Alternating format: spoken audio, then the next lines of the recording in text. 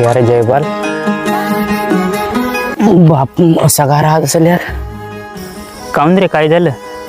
म्हणजे बघ ना यार, माझे बाबांना स्वतःसाठी कधीच काय घेत नाही.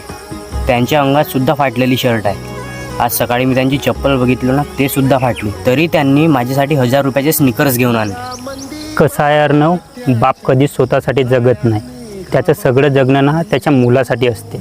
हो ना यार, मी नवीन मोबाईल घेतला, पण माझे बाबा अजून 3 वर्ष झाले तो जुना बटनवालाच मोबाईल वापरतायत. बापाचं प्रेम तसंच आहे रे. आईचं प्रेम दिसते, पण बाप आपलं प्रेम कधीच दाखवत नाही.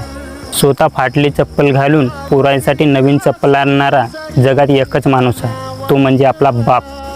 बरोबर बोलला सर जयपाल. बाप कधी ना शब्दात दिसतच नाही, तो दिसतो फक्त त्याच्या कष्टात. बाबा अवघड हाय गाड्या